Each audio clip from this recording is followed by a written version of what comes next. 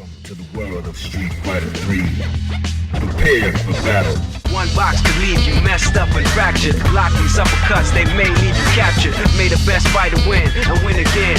Battle to the top until his life ends. But if his life ends and he starts to decay, may one of his street soldiers avenge things. See you talking to the game, couldn't be talking to me. I got enough to beat and more soldiers to bury. You know we just clicked in and made you realize this game is twice as hard. You see that with your own eyes. You're on the way to choose your type of life cause you gotta. I tell you from now, which fighter will be the hotter. I don't think you want this one, just practice. Just challenge me when you're ready with your tactics. High punch, the spin kicks, watch your back split. I see you in the air when I make you back flip. Get it on down. Select to make your first pick. Get it on down. 10, 9, 8, 7, 6. Get it on down. Choose and pick the best one. Get it on down. 5, 4, 3, 2, 1. Get it on down. Select to make your first pick. Get it on down. 10, 9, 8, 7, 6. Get it on down. Choose and pick the best one. Get it on down. 5, 4, 3, 2, 1. Get it on down. Select to make your first pick. 10, 9, 8, 7, 6. Choose and pick the best one. 5, 4, 3, 2, 1. Select to make your first pick. 10, 9, 8, 7, 6. Choose and pick the best one. 5, 4, 3, 2, 1. One box could leave you messed up and fractured. Block these uppercuts, they may leave you captured. May the best fighter win and win again. Battle to the top until his life ends. But if his life ends and he starts to decay, may one of his street soldiers avenge things. See you talking to the game, couldn't be talking to me. I got enough to beat and more soldiers to bury. You know we just clicked in and made you realize this game is twice as hard. You see that with your own eyes. You're on the way to choose your type of life cause you gotta. I tell you from now, which fighter will be the hotter. I don't think you want this one, just practice. Just challenge me when you're ready with your tactics. High punch, the spin kicks, watch your back split. I see you in the air when I make you back flip. Get it on down. Select to make your first pick.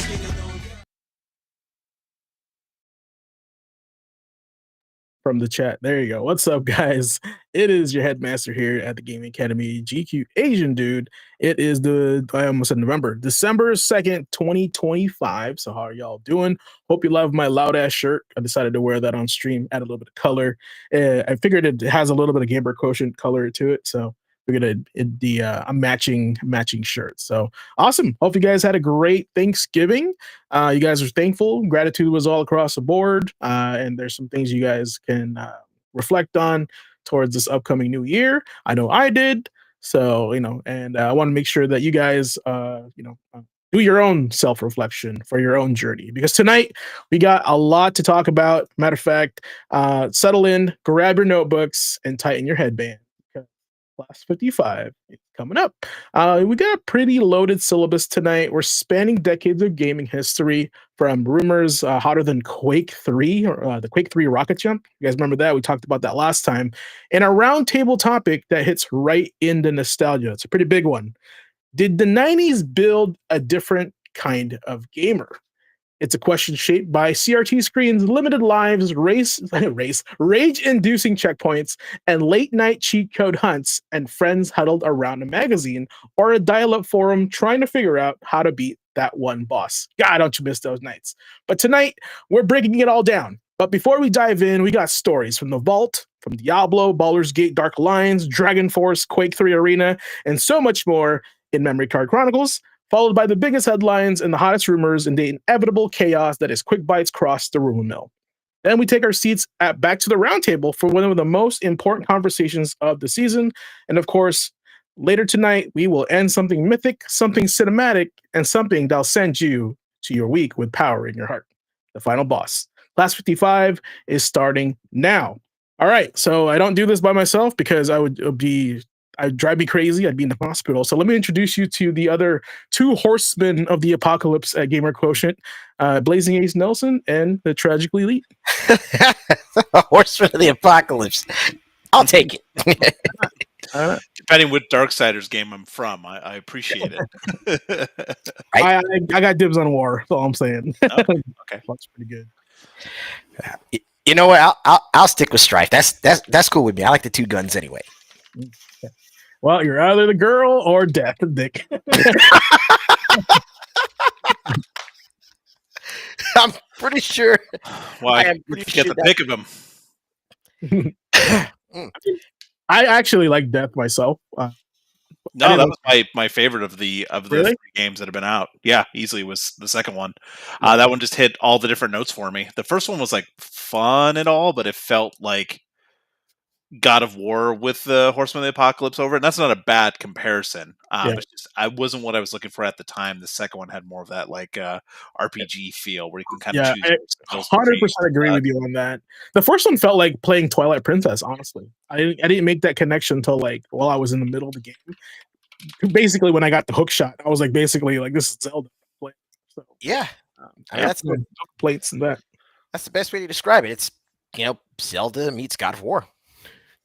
Right, which on paper sounds fantastic. Like many things in life, on paper. How was your guys' turkey days? Oh, it's pretty solid actually. Did some cooking for some of my friends. I made some deviled eggs and catfish. Oh, nice. I bet That's my like that's family. like saying I made lumpia and like Nice. pasta or something. I didn't, but I'm just saying that's what it would sound like if I said that. Ah, I got that KFC. does sound good. Hey, KFC is still a damn good Thanksgiving, man. I got KFC. I got a whole eight piece to myself. It was great. That's all I gotta say. So awesome. Well, Nick, you went out of town, right? With family? Yeah, I went back to see my family. That's why I had to miss the last one, getting a baby ready on short notice to go down to see my family on the island. It was a little tough, so I just kind of got cut for time. Yeah. Other than that, I mean, it was good. Black Friday was great. Good football. And then beyond that, yeah, it was good to see family, man. Glad to be back. The drive was okay. Wasn't it crazy or anything? Oh yeah, I've done that drive for years. When I first went up to college too, so that's nothing. I can zone out. That's none. I could drive there in my sleep. That's what you Please don't. Wouldn't suggest it. This guy said that. That's what he said. All right. Well, let's relive our childhood memories because we got a lot of nostalgia tonight. Let's kick ourselves off with This Week in Gaming History with some Memory Card Chronicles. Yeah. Should be a Nintendo PS2. We're gonna change up all the loading screens, every time we do it.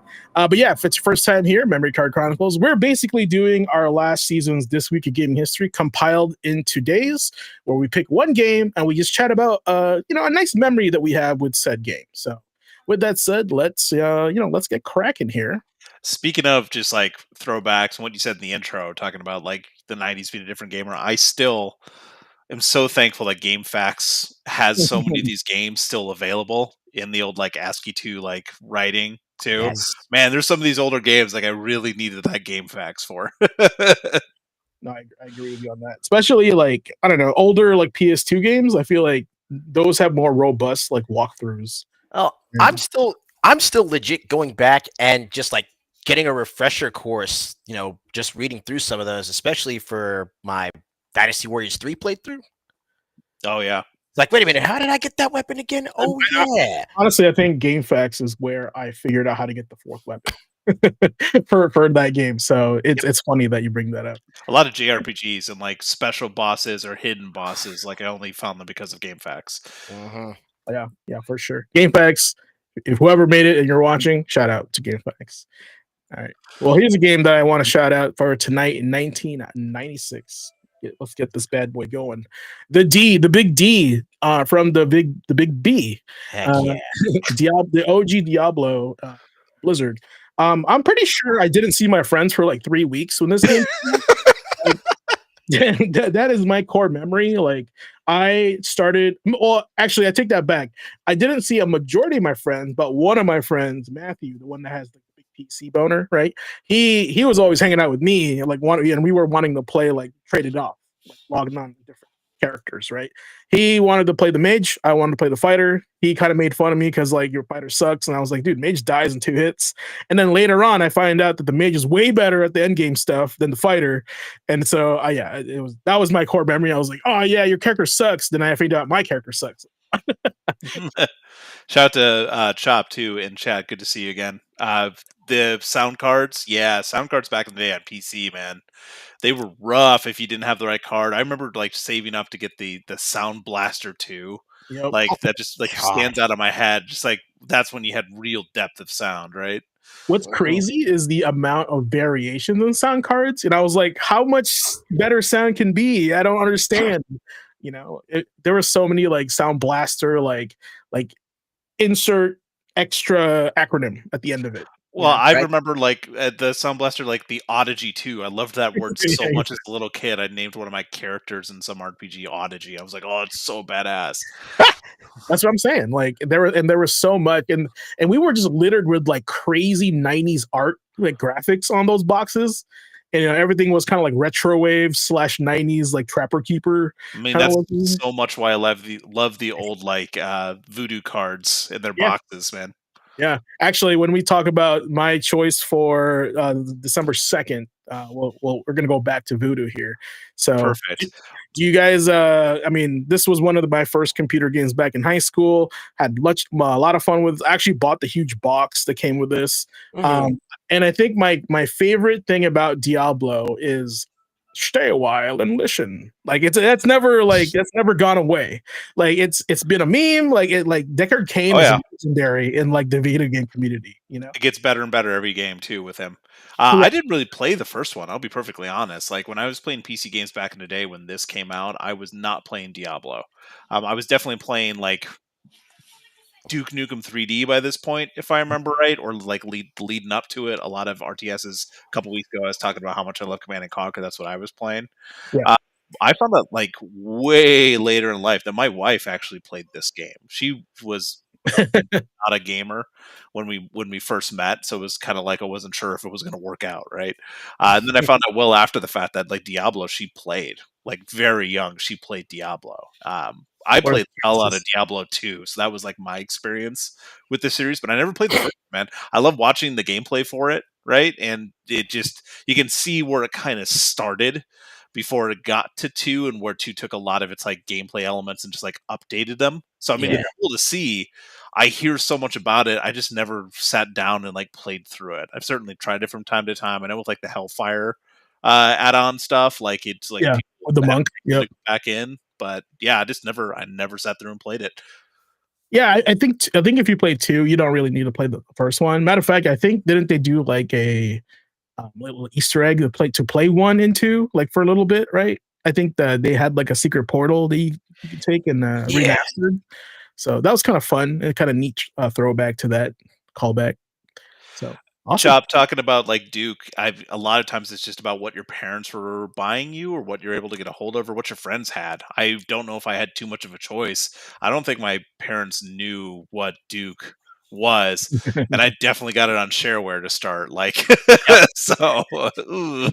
Yeah, I remember getting Duke Nukem, and my dad was okay with it because we watched Terminator and all those violent movies. Right. I think that was probably it, but then you get into the content of the game and it's Yeah, not my mom did not like his like fancy cussing. It wasn't Oh really yeah. cussing, but it's like his verbiage. He didn't like that, especially These alien shaking. bastards are gonna pay for shooting up my ride. Yeah, she wasn't a fan. All right. Well, I actually never played this, but I wanted to play this game. So tell us about this legendary game right here. Oh man, Dragon Force. Besides having a really kick-ass name, the reason I wanted to highlight this one is because, again, another one that I played well after after the fact, but it was a Working Designs cover art. Which, if you worked in a video game store, you collected for these systems, working arts or working designs cover arts always Mhm. tends to be like almost like lithography, really shiny, really Oh, yeah. cool. Some of the best like cover arts you'd get from this era inside those jewel cases, if the jewel case was good. These Mhm. things were collectible, man. And working in a retro store, whenever they came along, they stood out What? anytime you saw one of these. So this was one I started collecting for Dreamcast and Saturn when I was working at the retro store, and this was one of the first ones I got because we happened to have it at the time, and the price point wasn't egregious. Like I wasn't picking up Panzer Dragoon Saga or anything like that and spending $300 at the time. So I got to play it, and honestly, like one thing to note, this was '96, man. 1996. This thing was a technical marvel for its time. Yeah, It had 2D sprites with no slowdown, despite lots of them being on the screen at once. So it running so well and looking so good in this era was it blew my mind when I played it. But it's also like a strategy RPG setup that has like formations. And I just remember like a really good story with the characters, like character written stuff was really, really good when I played through it. So it's just like, it was like this triple whammy of just like, oh, this is all really cool stuff when the cover art sold me. And then, it'd been a long time since I was like, oh man, I can afford to pick up a Working Designs game. I see James over there on the wall trying to find one. Ace, did you play Dragon Force or any of the Working Design games? Hey, Blue. Oh God, like like a lot of the Working Designs it was Working Designs and Treasure that had like the really killer box arts for their games. Like there's just trying to remember which ones I played right offhand. I know I did play a little bit of Dragon Force though, and What was that? Thunder Gearbolt, whatever that one, the shooter. That was a fun one. And yeah, just it's still mind blowing. I mean, 96 was just a good year for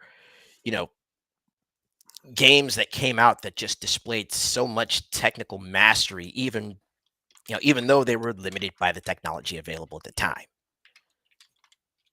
I didn't find a Working Designs game, but I do have this. Wait, where'd it go? This really cool cover of Alundra. Look at this. Yeah. That's I was cool. going to say, and Chop called out Elemental Gearbolt as well on the PS. Yeah, that was the one I was thinking about. Yeah. Elemental Gearbolt. Vanguard Bandits, the Lunar games. Lunar games. Yeah. God, there was a couple other ones. Let me pull up this list. Arc the Lad, Silhouette Mirage, like pretty cool.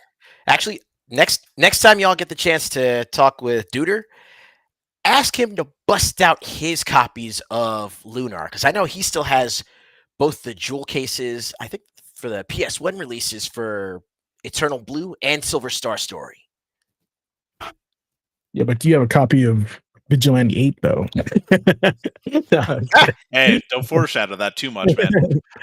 But yeah, I pulled up a couple other pictures here, but like Vey, Popful Mail, Albert Odyssey, Growlancer on the PS2. Growlancer Generations was another one, just kind of that crazy, like shiny cover art, something that stood out. Mm-hmm. But yeah, man, it sold me, like I said, on its cover art, but it ended up being a really good game and something where you look at it in 96, you're like, man, this was kind of ahead of its time, or at least it handled so well. It felt like not an underground hit, but kind of like that secret. Not a lot of people had a Saturn in my life, and it's just like, this was one of those games that came out at the end life of the Saturn, and it made it extremely rare. So I was jealous. I really wanted a copy of it because I just love the aesthetic. I just like anime and / RPG strategy. It's super cool. Hundreds of characters on the screen. I'm always down for that. That's great. Definitely not $200 now. I'm sure it's way more. That's cool. Yeah, just really cool cover arts. For Odyssey, Magic Knight Rayearth. Dude, the Sega CD cases are like the number one thing. Terrible to replace. Well, that's one thing I loved about working at the retro stores. You learn really quickly. Buy the cheap sports games for their good cases and swap out the cases because it's super easy to do. Much. I did that a lot on the PSX. I'd go like get these PSX games and then I'd go to like Goodwill and find like the 50 cents or $1 CDs because it's the jewel case is the same size. Find it in good condition, just swap it out. Pro tip for collectors out there. There you go. You already know. It's a life hack for you nerds out there. Let's go. So yeah, get a Madden game cheap, and or then just swap out the box. You can get Excitebike on Nintendo. Oh. One of my first games on Nintendo, actually. Please tell us about it. Easily one of mine too.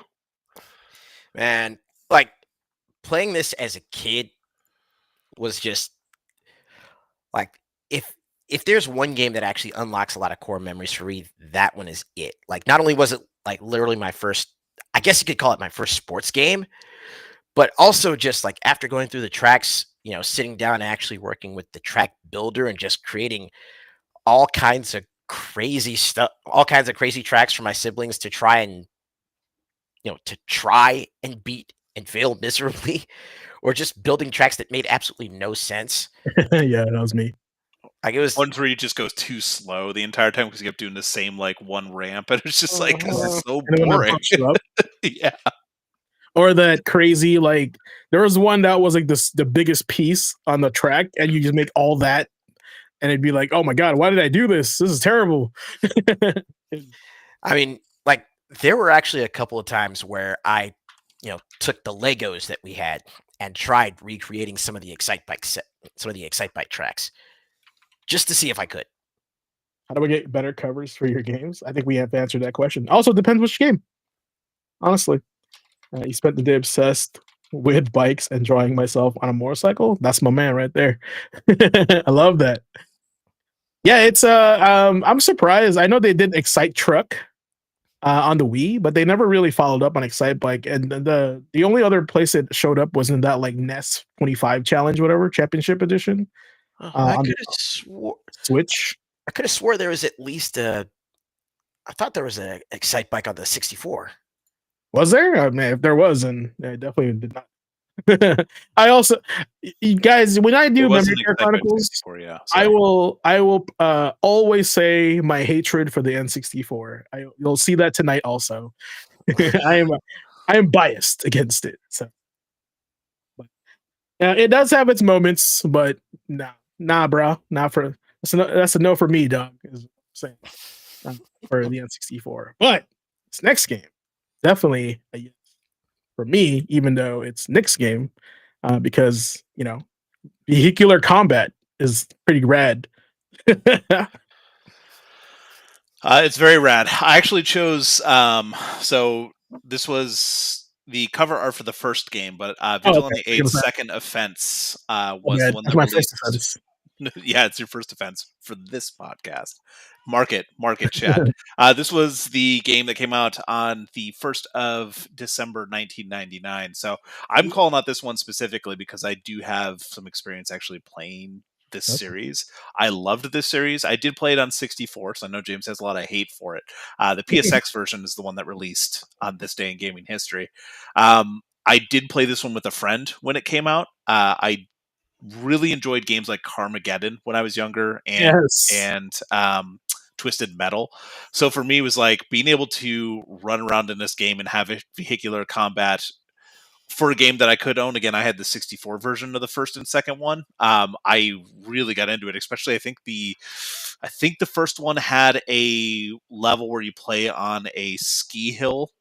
And you're riding around like it's on a God, I can't remember what the map was called, but it was on like I pretended we were on Stevens Pass. Like you were just sitting up there and you're on the ski slopes and you're trying to like just kill each other with weapons. I just remember picking up the weapons in this game, having a lot of fun. And it's that kind of thing where very similar to Twisted Metal, I had the kind of like crazy caricatures of characters that you could choose in their vehicles.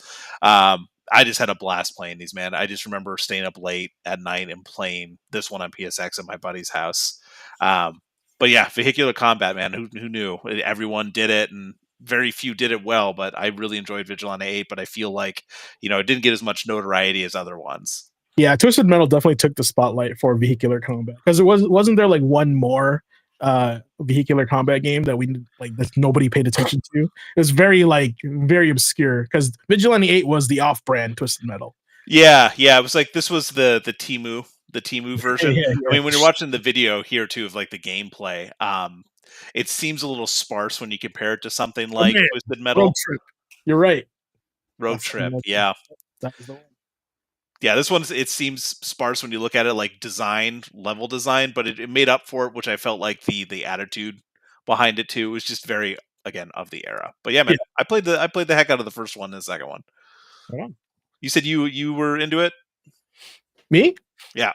Yeah. No, I was so I played it on the 64 and we had like the 4-player split screen and that's like one of the best things about the N64 is being able to play with 3 other your buddies on the same system. But like the library was pretty limited to that, right? So I only enjoyed those games and I'll go about that in a bit on why this thing. So last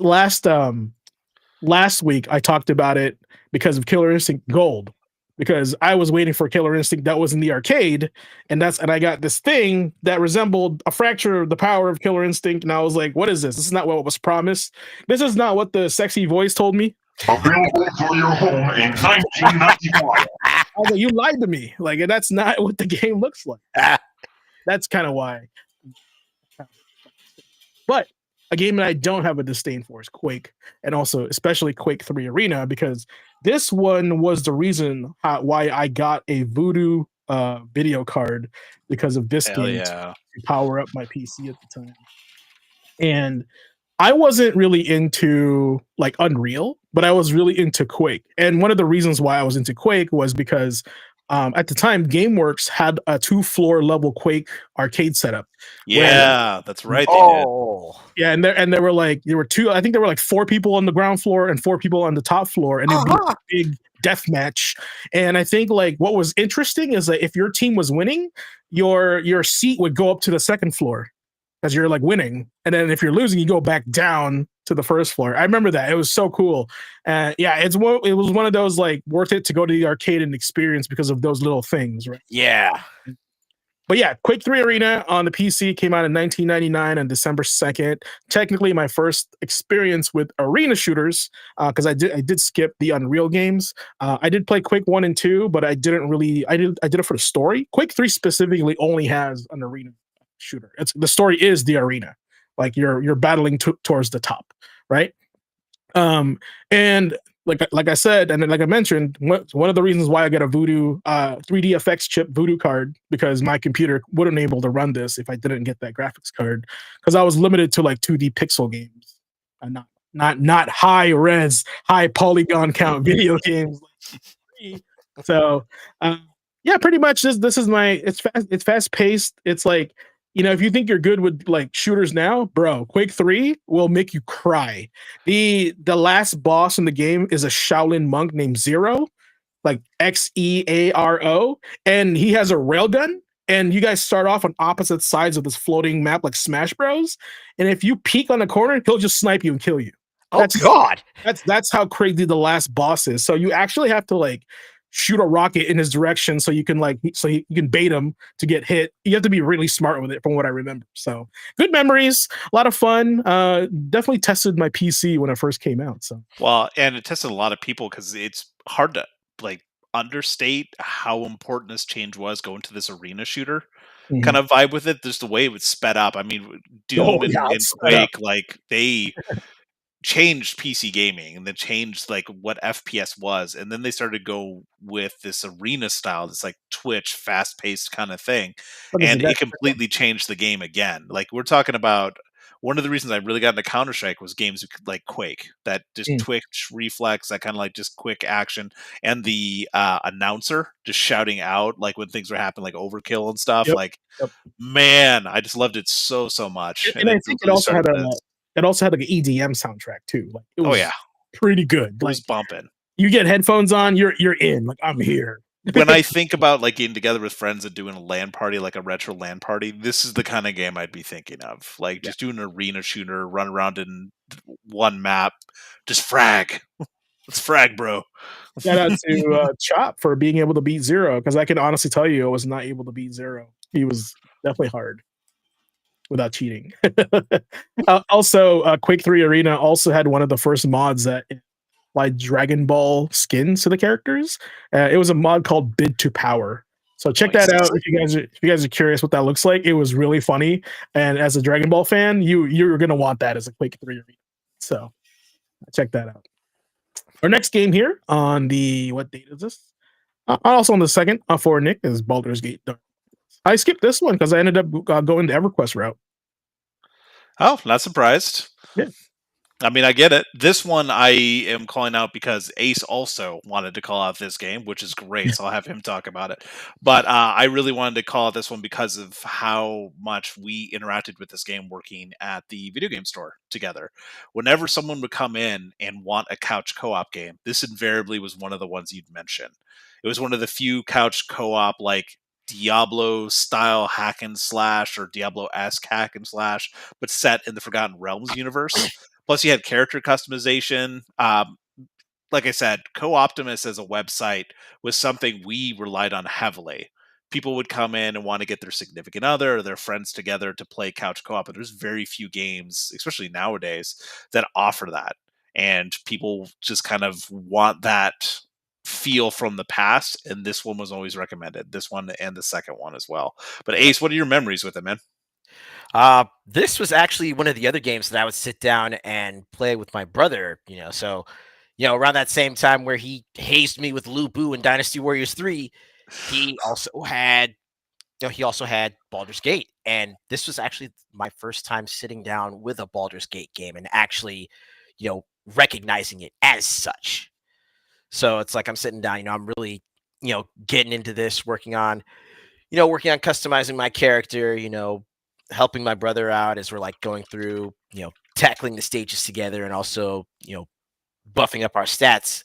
He always liked playing the warrior classes, again, as evidenced by his picks of Guan Yu and Xiahou Dun and Dynasty Warriors. He always played the heavy hitters, so I was like, okay, let me pick up on the characters that are more intelligence based. So spellcasters, or at the very least speedy characters that can also provide support. So it was very much a tag team experience for me and my brother. So I call that this one as one of the ones we'd always kind of shout out for like couch co-op when people ask. Do you remember one of the other series on PS2 for co-op we went to? Me? Yeah. It was EverQuest, Battle of something, Return to Arms. Champions of Norath. Yeah, well, the second one was Return to Arms, right? Yes, it was. Yeah, but you're right, Champions of Norath. That was like, when if you have Deep Impact, you had Armageddon. This was like the era of that. There was always the other game or the other movie that like echoed the other movie. I'll let chat decide which one is which. This was one like some people still have like a lot of nostalgia for it. I'm really sad that 3 is pretty much never happening and has never happened. They did that kind of reboot of Dark Alliance that failed really hard. It was one of the things, like, it was a good IP, but just from what I remember, because I've actually got my friends together, we actually played it. Yeah. Super buggy, kind of rough, like some good stuff under the hood, but just, man, it kind of faltered. It just wasn't finished. Honestly, I saw what they were going for. I played it too with my buddy, and same as you, because we loved the idea, right? And it's like, oh, it's a modern day console game. Awesome. Just fell short. Yeah. Short. Awesome. Well, no more falling short. Thanks, Baldur's Gate. Thank you, Baldur's Gate. Thank you for the memories. All right. So the next one here, it's not a game, but it is a console. It did change the game. You're right. Change the game thoroughly. I wanted to find a Ratchet-looking PlayStation box, just like this one that I had. And I wanted to kind of, relive the memory of when I grabbed this from the shelf and brought it home with me, right? So the PlayStation is the reason why I hate the N64. The reason for that, backstory and bad memory. Last time I talked about how I wanted to wait for the N64 because of Final Fantasy, because of Killer Instinct, because I was a big arcade dude when I was a kid. And then when Killer Instinct failed to kind of move me over, because I waited for the N64 to come out, because I was like seeing these screenshots of like Final Fantasy VI and like 3D renders. I thought that was really neat. And then, magazine EGM was like, Final Fantasy exclusive to the PlayStation. And I was like, all right, that sucks. Well, I still got KI, so let's get KI2. Let's wait for KI2. And then I remember it coming out, and I was like, wow, this is like what I got from the arcade to the Super Nintendo, but now it's the arcade to the N64, kind of like the same quality, right? It's kind of like a little bit nerfed because of graphical limitations. And I was like, dude, I am done waiting for you. I feel like I'm an idiot for waiting, right? So I went ahead and rushed to get a PlayStation, got Vandal Hearts as one of my first PlayStation games, and Street Fighter Alpha 1 for that. I got to have a fighting game, right? And it was at Software Etc. And I was just really happy because I was continuously saving money until I got enough for N64. And by the time that the N64 had come out, it was like almost the same price as a console and 2 games on the PlayStation, right? So that was a happy kid, but I was also unhappy about the N64. So that's my little story about that. I don't know if you guys had a crazy story about the PlayStation either. Well, nothing as far as crazy stories, but like one of my abiding core memories of, at the very least, having my own PlayStation was, let's see, this was actually around, I want to say 99. So my brother was already in the military. This was, before we got started together on the PS2. But I remember, I had my PlayStation, alongside the Super Nintendo. I was gifted with that toolbox of classic games that I'm still pissed off I've lost. Anyway, but the one thing I remember fondly about the PlayStation was, again, just, having my own little setup. And I had spent so much time, playing some of the RPGs that I had gotten for it, like Final Fantasy VIII, actually. That was the first one that I had gotten for my own system. But I had got that, Digimon World 1 and 2, and, since I needed some fighting games, just like you, I got Street Fighter Alpha, but also, came to find out, Street Fighter Alpha, that pop open the PlayStation, put the disc in, load up to the BIOS, and then click it in, and I can listen to the music. Yep. I think if you the trick was to leave it open and then close it once you get to the BIOS, right? Yeah. That's the trick. So that's pretty cool. Yeah. Kids, chat, you guys, if you're young, you probably don't know what a CD even is. You guys think it's a Blu-ray? No, it's a CD, bro. No image, all audio. Oh, Tekken 2. That's one of my favorite games on there. Cool. Well, you, Nick, you weren't a PlayStation guy, right? No, had plenty of friends that had it. If anything, what I remember most is just learning after the fact about how Nintendo and Sony were talking about making a console together. And yes. how that deal went through, and then we got the PlayStation in the end, and then look how much that's changed the industry since then. I think that's one of those ones, if we ever have a biggest turning points in gaming history discussion or something, that's going to be one of my biggest, because it was just such a splintering point in the past. But also just shout out to as much as the choices for games and what we actually got for the PlayStation Classic wasn't great, the box still sticks to that classic look. It looks very similar to that, so shout out to them for that. Really nailed it.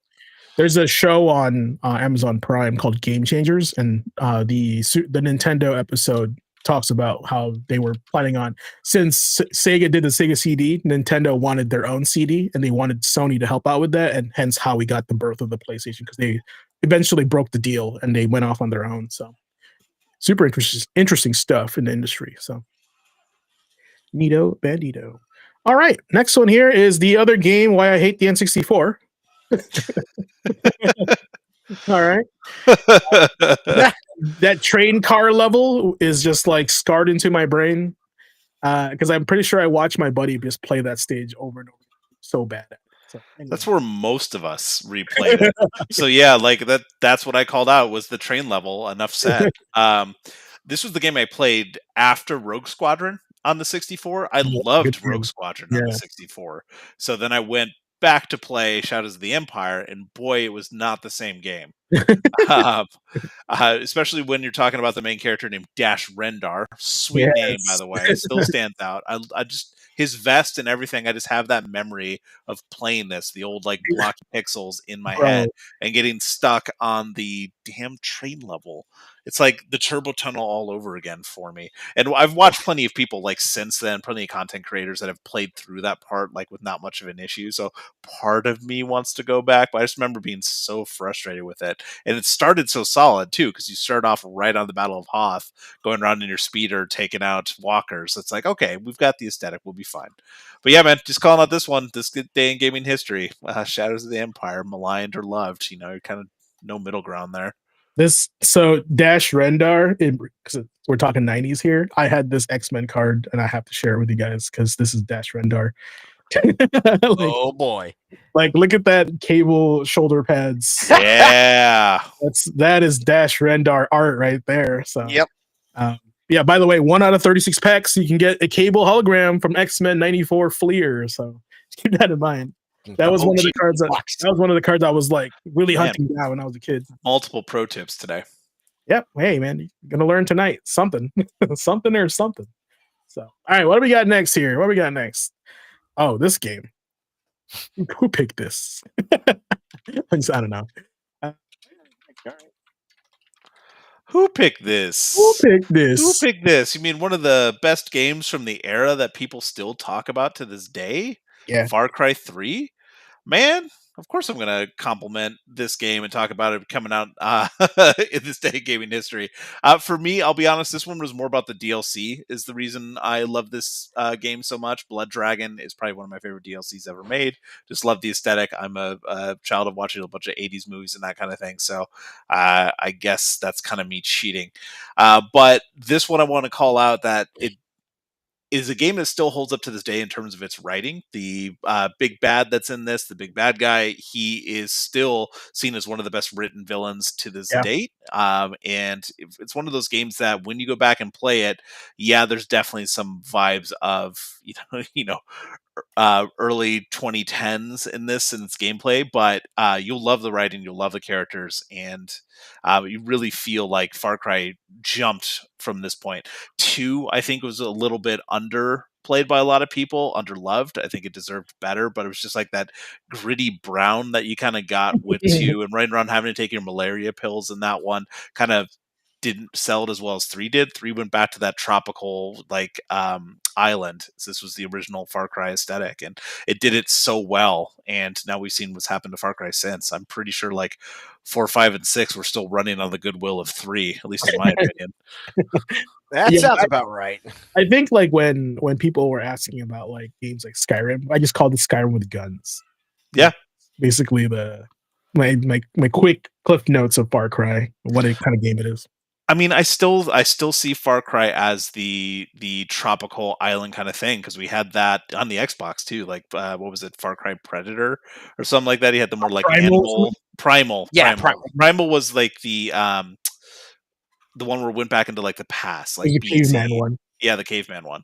But still, I thought the original Far Cry 3, and even everyone out after that, I still had this image of this tropical paradise that you're running around in. I think that's one of the reasons I loved playing Far Cry 6 so much, because you got a little bit more of the story, you got a little more of the villain, you got the good writing, and it's back to that more tropical-esque kind of thing.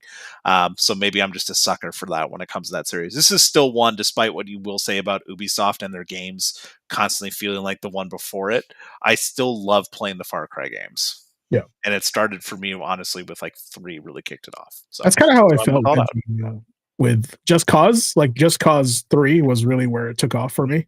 And that was really fun. You're on an island and you're just traversing the island with all these gadgets and tools. So it's really, really fun. IMO. Neato. That's fair. All right. The oddball, the stepchild of the Blade games. This one is Aces. Yeah, you could call it actually, that's part of the reason why this one's actually my favorite of the series, or the favorite of the Xenoblade games, because it's the oddball. It's the one that's got the more modern vibe to it, but at the same time, just the game is so vast, and there's so much to explore, so much to see, and just this sheer sense of scale that you get from playing the game, even from the start, just venturing out of the colony. Well, not even venturing out of the colony, just at the beginning of the game, when you get, when your little escape pod actually gets opened up, from the moment your character opens their eyes to, right after you finish customizing them, you're running along this path, and then you hit a clearing where you just see that vast expanse of the world, and you're just going, "Oh, I get to run through all of that." And then in about chapter 6, you get your mech, and then it's like, "Oh, I get to fly all of that." And then the stuff you fight gets bigger too, and just how how the scale just continues increasing as you go through the game is so. It's a fantastic experience. I'll be honest, this is another one where I remember the cover art more than the game. That's fair. Because I just remember seeing this so often and thinking it was so cool. I almost bought a Wii U for it. Like this, I Very mean, I got expensive this on the little Wii game. U and on the Switch. All right, they re-released it on the Switch. So, what was like a core memory for this game for you? Again, just definitely my first time actually sitting down and playing it on my Wii U. You know, I was, just getting the hang of using the, using the touchpad to, navigate the map. That And touchpad, man. The Switch Proto, yeah.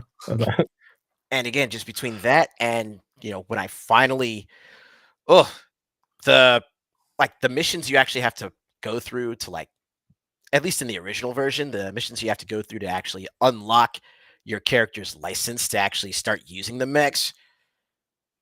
Man, I remember the sigh of relief I breathed when I finally unlocked it.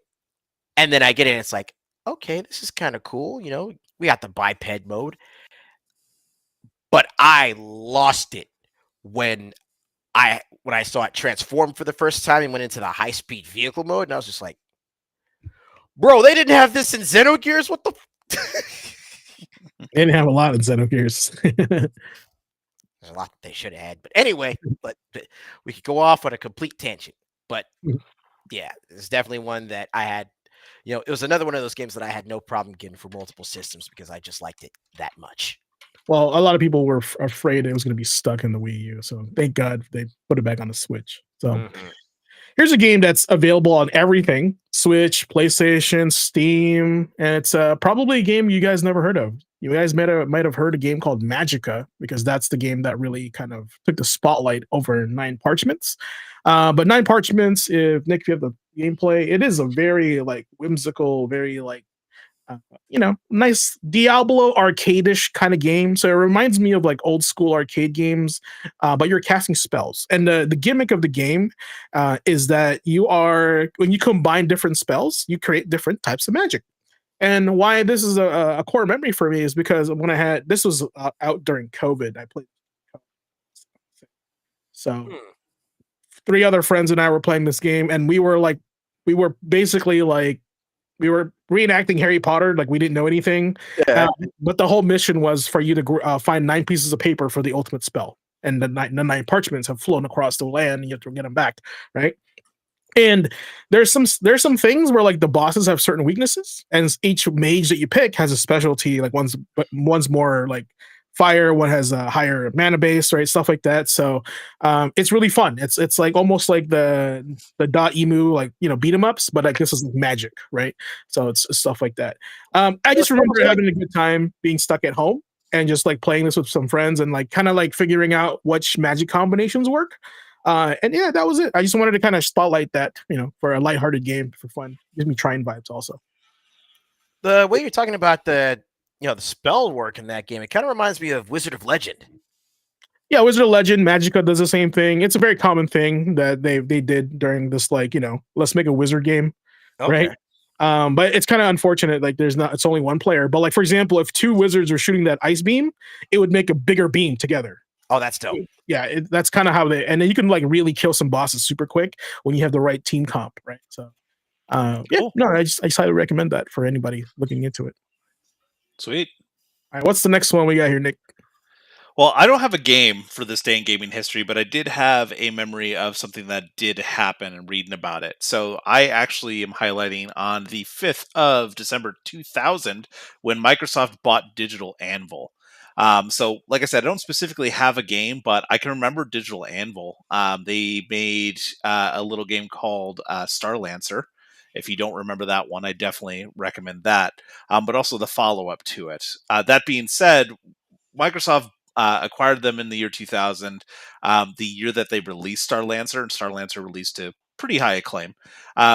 They folded that company into what was then Microsoft Game Studios. The CEO ended up leaving, but stayed as creative consultant on one of my personal favorite games of all time, Freelancer, basically the follow-up to that. So unfortunately, that team closed down in the year 2006, the last game that they pushed out, which if you don't remember this one, It's one of the original games for the original Xbox, but Brute Force. I don't know if you played that one. Yeah, Starlancer. Starlancer with this sweet Microsoft hidden up in the corner.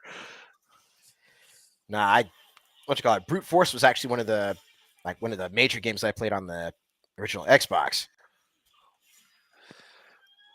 I would say this was like the Guardians of the time. Kind of reminds me of so on the 64 there's plenty of games we tried to play with friends, right? We had GoldenEye and stuff like that. If we want to play a shooter game, maybe like Jet Set or what was it, Jet Force Gemini. Yep. But then there was also a game called Armorines. Oh my god, I knew you were gonna say that. It was not good.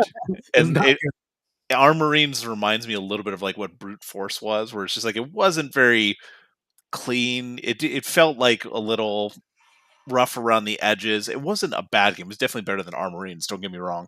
But yeah, no, it's just I completely forgot that was the Digital Anvil team that got folded into MGS, and they had worked on Brute Force. But yeah, man, I just wanted to call out that team at Digital Anvil because I still love Freelancer. It's still one of my favorite games, and Starlancer was a really solid game too. I love the eagle and right, almost like a little propaganda-ish. It reminds me a little bit of like Starship Troopers, but not it as gives like gives me like BattleTech vibes. Well, we're gonna go back in the past here, way back on the Super Nintendo, where I played a little game on December 6th, 1991. Yo, Joe and Mac. Joe and Mac, two of the most hardworking Midwest names in America. Joe, also known as Caveman Ninja in Japan, a prehistorical two-player fun based on the arcade game Caveman Ninja. Because back in the day, like for some reason when they ported games over, they had to make it they had to westernize it, right? So Caveman Ninja probably wasn't like too hot on everybody's radar, but Joe and Mac, the two cave bros, that would hit Americans. My experience with this, well, I was a big fan of Contra as a kid, so I try to find games very similar to it. As you can see, it is basically just a shoot 'em up platform game, and that's it. Honestly, like that was it. I just enjoyed the game. I liked the characters. Maybe the hot girls had something to do with it, but I thought it was funny. The artwork kind of reminded me of like Sunday Comics. There was a lot of games from Midway that really had this art style. I think Trog was one of them. Yeah. But yeah, like just overall, I just kind of like this genre, and this is one of my more memorable games out there, aside from Gun Force. And I'm not naming Contra or any other super popular shoot 'em up game. This was one of those games where I started to recognize like certain dev teams without realizing, like Data East, like seeing their logo on games like this, and just like that's my childhood too. Yep. They did some weird stuff too. Like I think they did a RoboCop game. I think also. So stuff like that. It brings me back. So I want as well. Okay. Now this one here, the next one here is not mine, but I'm glad it was brought up to the segment because I have some stuff to say about this game. You have some stuff to say. Let's hear what you have to say. I hope NeoWiz and Round 8 Studio makes a Liza P version of this game. That's it. You get what I'm saying? Yeah. So I love the fact that they took like a Grim Fairy Tale and made it like a cool Souls game. If they do something with Alice or the other ones, the other fairy tales, I would love that. Alice in Wonderland, Snow White, and stuff like that. Maybe do something more with Hansel and Gretel. Yeah, that too. I mean, they have a whole list, basically. Yeah, this was one of those games that I definitely wanted to call out because it's a very specific part of like gaming history as a whole. When this one came out, for me, it was recognizing American McGee's name beyond having like the freest name in all the land. I just remember him because he started off in software support for Wolfenstein, so he was tied to the guys at Doom. And Hexen and Quake and all that. He eventually broke off and did his own, like there was a couple games there that came out that was all about like American McGee's whatever. Like there was Ooh. this Scrapland. I want to say Madness Returns. This was the later one we got on like PS3. Mhm. But this one came out in the year 2000, and it was very unique for its time. I mean, even looking at this right now, it was pretty dark. This was like a really dark twist on the classic Alice in Wonderland story. Really creative level design, which obviously he'd been doing design on like Quake and Doom and all that stuff. So like cutting his teeth on that and then jumping into this game. It has that gothic atmosphere that really kind of put it on the map. It really stood out with like I hesitate to say the alternative crowd, but it was definitely like it wasn't a super popular game, but it had a very specific vibe. Or you would shop at Hot Topic and Spencer's like Gosh. on It's purpose. yeah. But I just remember this because the story really stood out to me.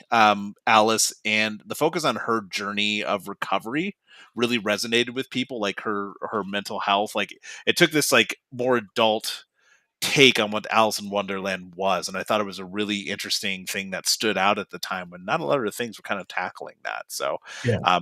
if you weren't looking for this kind of style of game, you kind of wanted to play it for the game. If you haven't, definitely check it out. It's super interesting to see.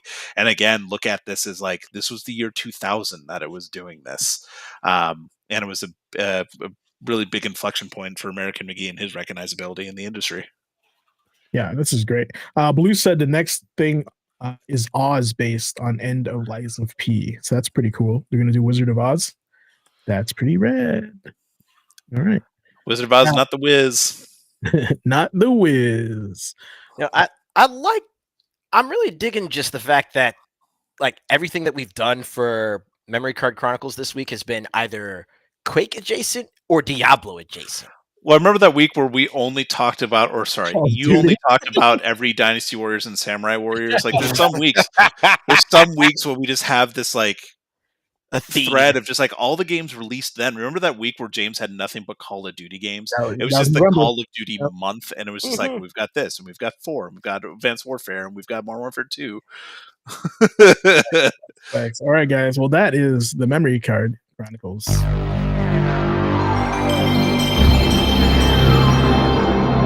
God, Beautiful. Sound takes me back. All right, Nick, take us away with some quick quotes. Sick. Sick. Always sick. Sorry I missed last week. A lot of stuff happened. I won't try to go down that route. I'll make it short and sweet this week because not a ton of news this week. If you could believe it. Last week we had lots of news and then I wasn't here. And this week we're kind of leading up to the Video Game Awards. So there's not a lot of movement right now. The financial reports have been released. There's not a ton of games that have come out in the last week, but a lot that are coming out soon. We're kind of hitting that zone of after Black Friday.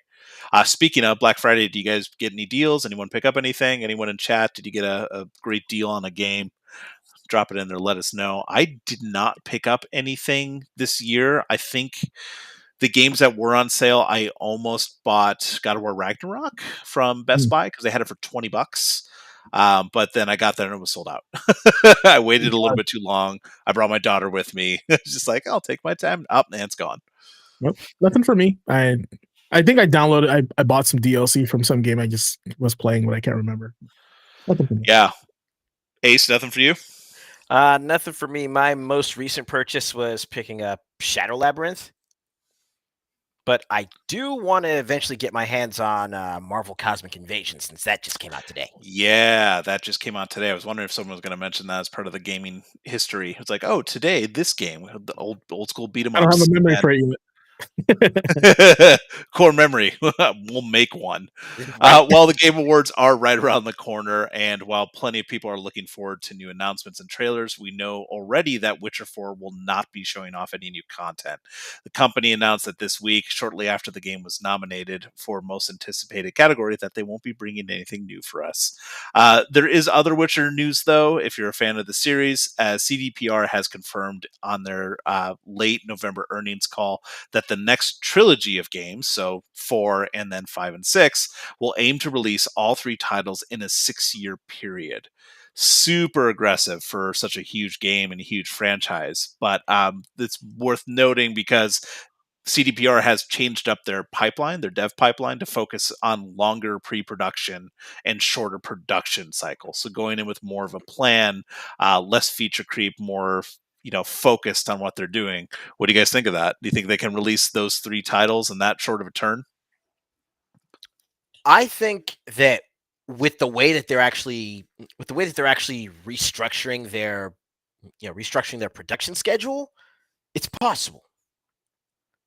Because I mean, if they're going in with more of a plan, focusing more on pre-production, that may mean that they would literally start, once they hit the ground running and they, finally solidify that foundation that they want to work with for The Witcher 4, they'll probably work from that foundation for 5 and 6 and just, have more of a steady development cycle as they just work through them. Right. So It's not something unheard of to yeah, even like with TV shows nowadays, like shooting multiple seasons in a row because the production's already thought out. So it's something where it's really more so when you look at the video game industry and you look at something like Bethesda, for example, which Elder Scrolls 6 is still like, who knows how long until that, or Fallout 5 comes out. Just when you're talking about direction, pre-production, and design and everything being done early, like the difference you see in the industry, and then someone that's a big player making these giant games, because Witcher is not a small game.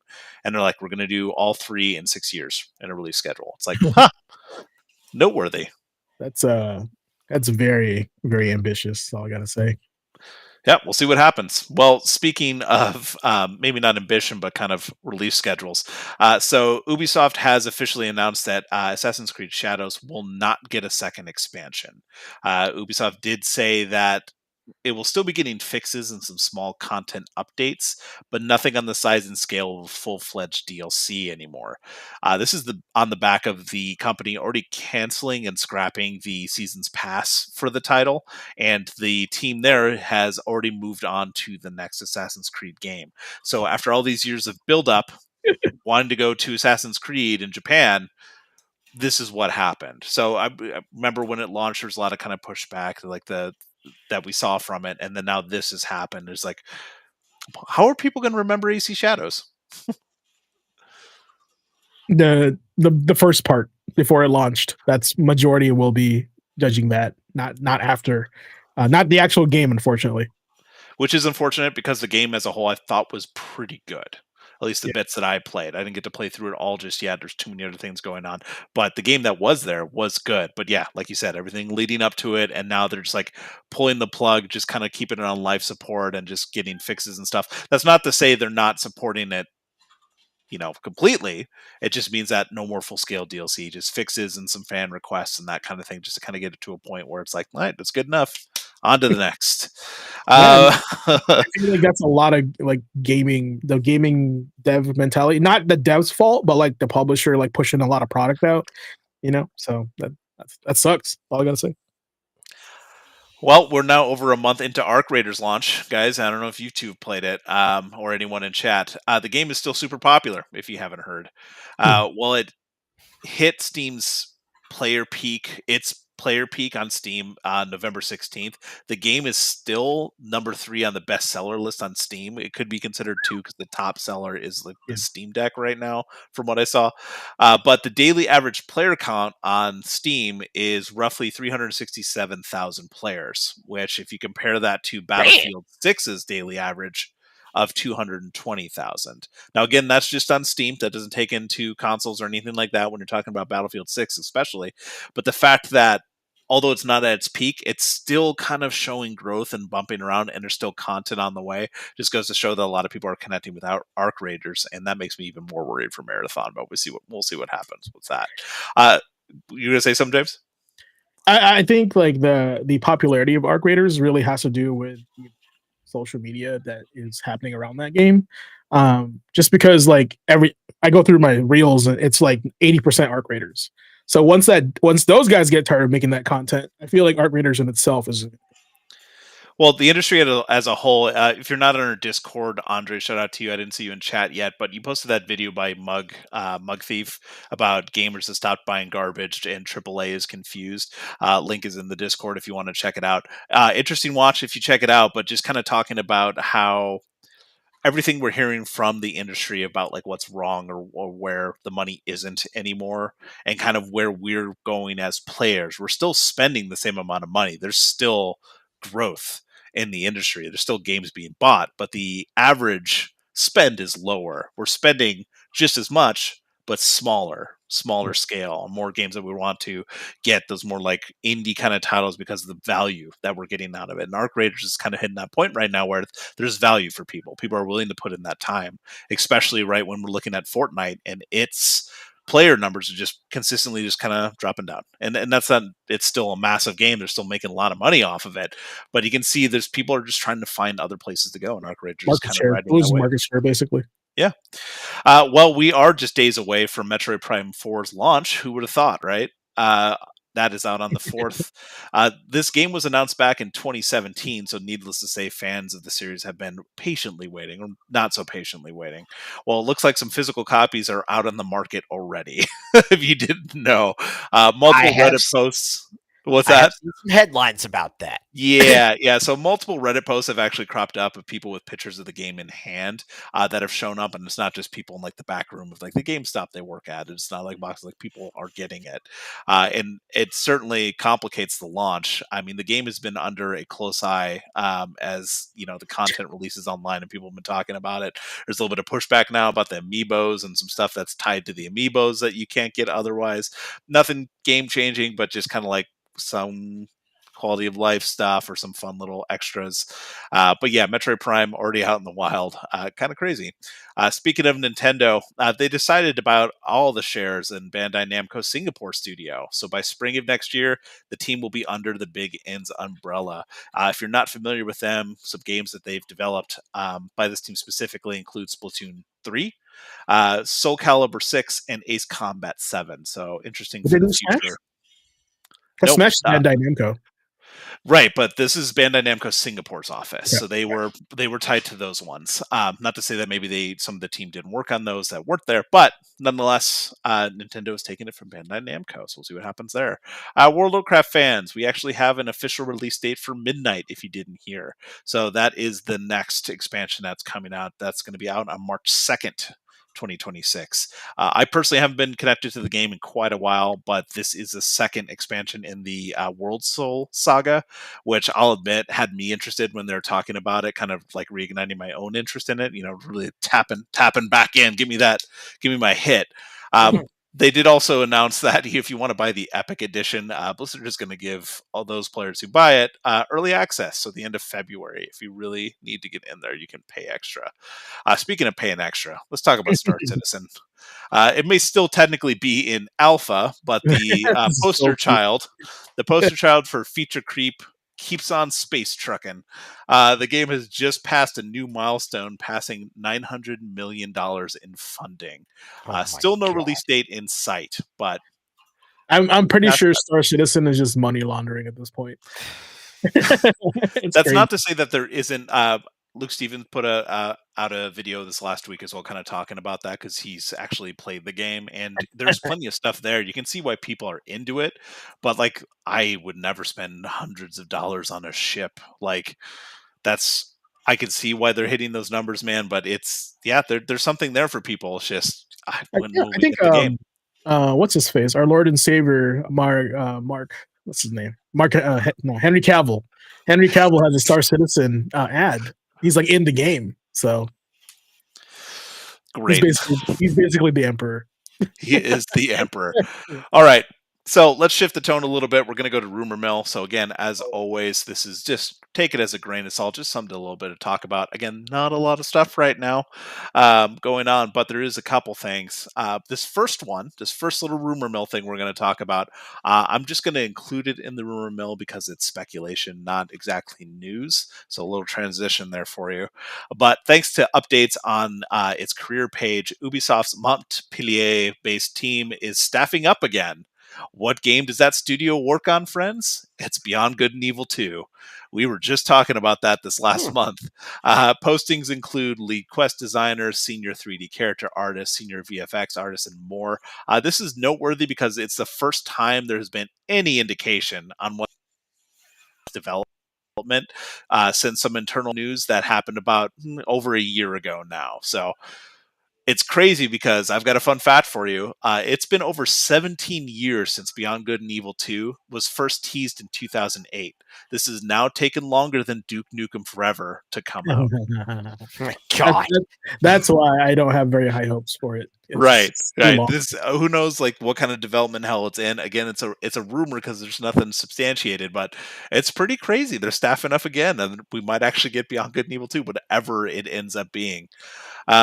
Last little bit of rumor. Again, we're leading up to the Game Awards, so everything's kind of clamped down right now, but Jeff Keighley is getting cryptic online, so we got to talk about it right as we're leading up to the awards. If you did miss it, he posted a map pin online that led to a unique looking statue out in the desert. Lining up with this, industry insider Jez Corden is making it seem like this is lining up to be a rumor that the next Diablo 4 expansion will be shown off at the VGAs. The event is happening right after the season ends, and they've hinted at a reason to Jez rather has hinted at a reason to reinstall Diablo 4. So that with the kind of creepy looking statue that's out there, people are starting to line it up to things. There's a lot of people think it could be a lot of different things, but it's starting to look like it may end up being something that The has to timing do seems with appropriate Diablo. though, because they said they were gonna do like 4 seasons after Vessel of Hatred and then another one. So I feel like it's right around the same It's time. lining up, right? There's Lining a up. lot of reasons to kind of think that this could be the case, but hey, there we go. All right, I do have a article for you just to tie this up in a neat little bow, just because I thought it'd be something interesting to talk about. James will toss it in the chat, but let me share this. So Sega had a zoomed in. Sega had a discussion recently about how they see a discrepancy between their games' review scores and sales. So, Ace, you and I have talked a little bit about some of the games that we love from Sega. Everyone on this panel and in most of the people in chat know that I'm a very big fan of the Yakuza games that Sega publishes. But Sega has acknowledged a growing disconnect between the critical reception and full price sale of its major game releases. Along with that video I mentioned earlier that Andre posted in our chat, we're kind of talking a lot lately about prices and where people are going with their money. Sega has pushed out a lot of games lately, and some of my favorite Yakuza games have been really well reviewed, but they're not seeing the sales numbers out of that. And there's a discussion to be had about why we think that's going to happen. The gaming giant is still investigating the issue, but shareholder pressure prompted Sega management to already share some of its preliminary findings, identifying several possible factors behind the slower than expected starts of recent titles. Thank you, Dominic, for writing about this. So to my understanding, gamers are waiting for the definitive edition in games. So right? that's one of the things they were going to talk about. So the executives acknowledged that recent full price launches have missed internal targets despite receiving generally favorable reviews. While no specific titles were named, nearly every major Sega release in recent years has either had modest launch sales relative to critical reception or struggled to sustain momentum. And a recent example of the latter phenomenon, Metaphor ReFantasio's sales dropped off sharply after the JRPG became Atlas's fastest selling title to date, clearing 1 million copies on day one, but needing another 8 months to double that figure following multiple discounts. I love Metaphor. It's an incredible game, and I'm really happy that I bought it. A lot of people who played it say the same thing. So it's kind of this feeling of just like, is it just like for the fans that are getting this? Is like the greater market not getting into it? Or are people going elsewhere with the money? Like, what's that going to be? They included some figures here. Let's see if I can zoom in a little bit. Ooh-wee. I can zoom in a lot.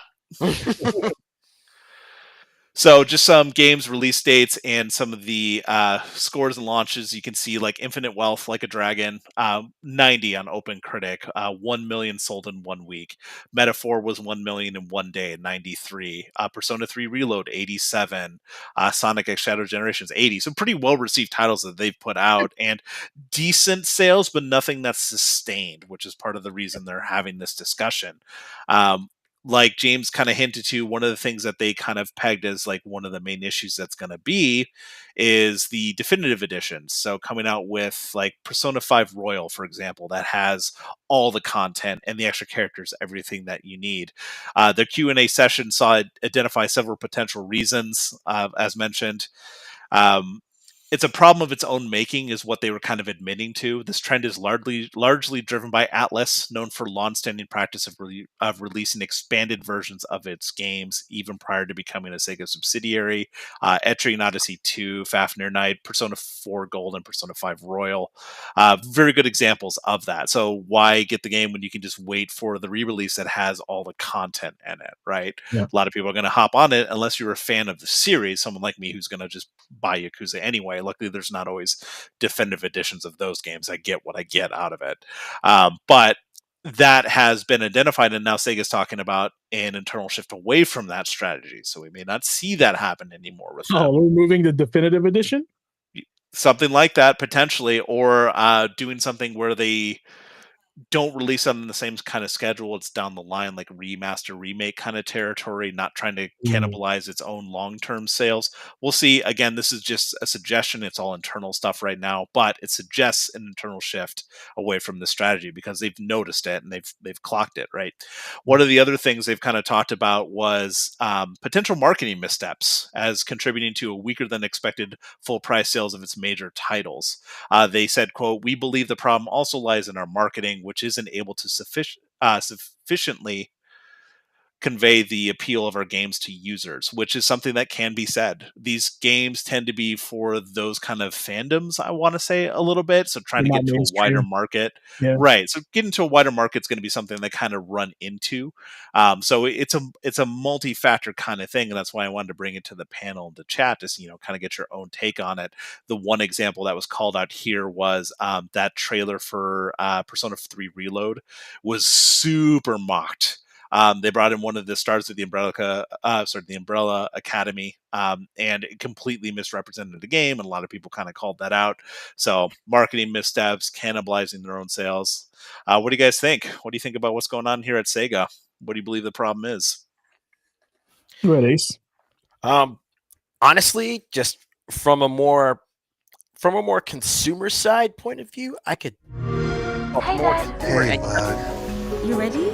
Yeah, I'm ready. Okay. One of the big things that we look out for, I wasn't that bad. and one of the big things that keeps us from actually, one of the big things that keeps us from actually going for pre-orders or going for a game on launch is thinking, okay, what are they going to do as far as like season passes or DLC? Because it could be just as easy on our wallets to just hold off and wait for the pretty much expected definitive edition of these games at this point. I mean, that could be part of it. Honestly, I think there are some gamers out there that want the complete purchase. They don't want to buy the game, DLC. But at that point, I don't think you're the target audience for what they're trying to do. So that's irrelevant. I think there's a couple things that are affecting it. Here's my take. Hear me out. So the first one is the push on digital. So I feel like there was a time where we get the standard, we play it, right? And then eventually down the road, we forget about this game or something, we'll go back to it. But then when that time comes, there's a full version, like definitive version, and we trade in that title to get that one as well. So there was a culture around that, right? To upgrading your purchase. So that's 2 sales already. So their push on digital games eliminates that.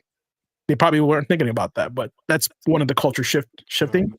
The other thing too is one of the things they can do is if they're removing the definitive edition, I mean, they could offer up that that the whole season already from the beginning.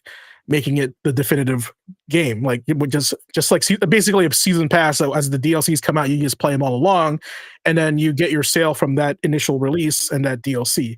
Because like the City of the Wolves, I'd imagine. Kind of like that. I don't think it'd be free, but I think it'd be available for you to get immediately when it comes out, or you get some sort of priority, because that locks in your investment, right? So what from what I'm hearing and what I'm understanding is probably because a lot of people are going, well, I know there's going to be DLC and there's going to be 5 of them, and then each of them are $10.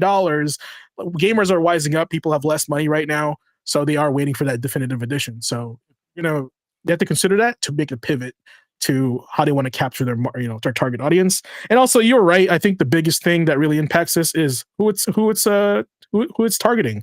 These are not mainstream games, and if these are going to be mainstream games, they have to be shown as mainstream, right? They have maybe and I think that's why guest characters are important. So if they're in a mainstream game, like for example, if Ichiban shows up in Fortnite, I guarantee you sales will come up, and some sales will come up in, like a dragon because they love the character, something like that. Right. So yeah, that's just my 2 cents. Yeah, it's interesting. And Blue, to your point, talking about Yakuza and shift in genre, like when it jumped to Like a Dragon, the older games were more niche or didn't have as big of a following. They definitely don't have the sales numbers as high as the new one. And part of that, it's changed going to an international market.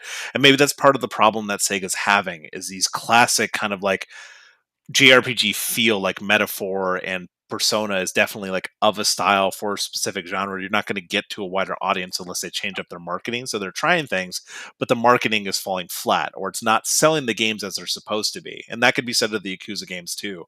Like fans got into Like a Dragon and realized that it was not the same game. The marketing didn't really belay that fact. It was like the developer diaries when they're talking about like, oh, now we've changed it to turn-based and here's the reason why. So yeah, Sega not being able to really sell it to people, I think could be part of a problem. But like you two talked about, like the definitive edition of these games, that's one of the reasons I jump on the Like a Dragon games like on day one. There's almost never a definitive edition. I never have to worry about that coming down the pipeline. I'll worry about HD updates, but then the Kiwamis, and I've said this before, as far as like Sega and RGG Studios, some of my favorite games to buy because they give you the best value when you buy physical. Getting Steelbook editions for no extra cost, or the Yakuza 6 Collector's Edition for $80, and you get 2 whiskey glasses, you get tatami mat, like drink mats, whiskey stones in there, like they're laser etched. It's really cool, and it's only $80. It was only like $20 more. So I've always felt like I've got my value from those games. But again, I've been following them for a while. I can't get my friends to play that for shit. Yakuza Zero has sold 2.2 million copies. Like a Dragon has sold 2.8 by June of this year. So it's just flat outsold it. But who knows? I remember the moment that those games came to Game Pass, and all of a sudden people were starting to play them and realize like how great they were. Like, yeah, man, it's who knows? But Metaphor's great. I love Persona. Persona 5 rather. So here we are. Interesting discussion, guys. Thank you for that. But chat, thank you for your input as well. That's what I have for news for the week. Awesome. GG. We just need a GG like button or something. All right, guys. I wanted to bring back the roundtable since we were in the midst of conversation, right? And so, I hope you. Well, I got the picture. Yeah, thank you, sir. So this roundtable, what I had planned on doing was doing a topic, and the topic tonight was did kids in the 90s, did 90s games build a different kind of gamer? Oh man, this is some like millennial like propaganda right now. So hang on tight, boys and girls. We're going for a ride. All right, let me share my screen here, and we can kind of get going. This. Okay, so. All right. So as I'm reading these questions, top 100 Nintendo games playing in the background for y'all. But yeah, if this is your first time here and you've never experienced a roundtable, this is where every perspective gets a seat and every gamer brings their story. Tonight, we're diving into a topic shaped by nostalgia, frustration, challenge, and growth. That is seems to be the overarching theme for this season's Gamer Quotient Gaming Academy. Did 90s video games with their brutal difficulty, limited lives, and zero handholding build a different kind of gamer? Let's break it down from all sides. Let's share our experiences and see what lessons from that era still shape us today. Now, the question is, did the games we grew up in the 90s, as you see on some of the screen here, once we get to the Super Nintendo era also, how they taught us through failure build a different kind of gamer than modern gamers do? So yeah, I kind of want to get you guys, real quick, yes or no, maybe no, what? Like just your quick input. I'd say that's a definite yes, because more than anything, it wasn't just, the frustration surrounding the difficulty or even the difficulty itself that, built and inspired, a different and some would argue tougher generation of gamers. But it's really just the fact that we got by with a lot less. Okay. And I'll be covering some of that here in my subtopics and talking points. But Nick, what do you have to say? That's tough for me to say, to be honest. Yes, it was a different kind of gamer that played these games. The games were harder, just straight up, than what we get nowadays. And there's a lot of reasons for that, and I'm sure we'll get into it. But yeah, it's very different from modern games, man. Cool. All right. So the first talking point that I'd like to introduce is called failure as feedback. So these are going to be kind of, the syllabus has the references and the sites for these, but basically this is a short version of those little excerpts. Back then we had limited lives, game overs, harsh punishments, right? So no more lives, back to the beginning of the game. No more continues, back to the beginning of the game. So that, and I feel like during that time, we had to always kind of like reflect on like what happened there or where can I be better, right? But that's still common now these days. This is not exclusive to the era. But the question comes is, did constant failure build resilience and patience? And compare that to modern games today. I think the ability to have no save points is really this is what it boils down to, right? You kind of have to do it in 3 lives, right? Or 3 continues. Otherwise you just start over. The technical limitations was the main reason we were kind of pigeonholed to that. We had to deal with that. There wasn't a way around it. It wasn't like what we get nowadays with some modern games where we get to have that like difficulty slider where we can change what we want our games to be. Like we want more continues, less continues, or we want accessibility features so we can see things better. Like that's great. That's some great quality of life stuff. Back in the day, technical limitations, we couldn't have any of that stuff. So you only had 3. Or some of like the worst games, there was like no continues. It was one death, start over again. There wasn't. Yeah, there wasn't. There was very few games rather that had any kind of like save mechanic to it. Remember, we had to use passwords to get further in the game. That was like the mechanic. Yeah, that was the mechanic we had. You had to have a pen and paper to write it down because you couldn't take a picture with your phone. You didn't have a phone to take a picture with it. It was crazy. I would say it doesn't improve any of your patience. It didn't improve mine. Mine was worse because of these games. I get frustrated and I stop playing the game. Nowadays, I can kind of learn and I can go back and take my time or try it a different way. I couldn't do that back then. You had either had it or you didn't. I felt like you had it or you didn't. That's a good video game ad. You had to have it or you don't. Ace. Yeah, it's definitely one of those things where, like, I look at the technical limitations that we were, kind of saddled with at the time, and it's really more of a case by case thing, because again, you're talking to a guy who learned how to play fighting games on keyboard because I didn't have a controller I could hook up to a USB port, right? Yep.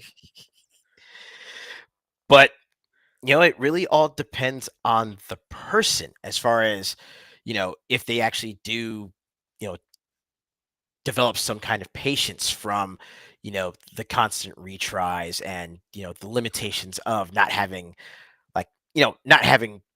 progress and checkpoint features to help you get through the remainder of a game.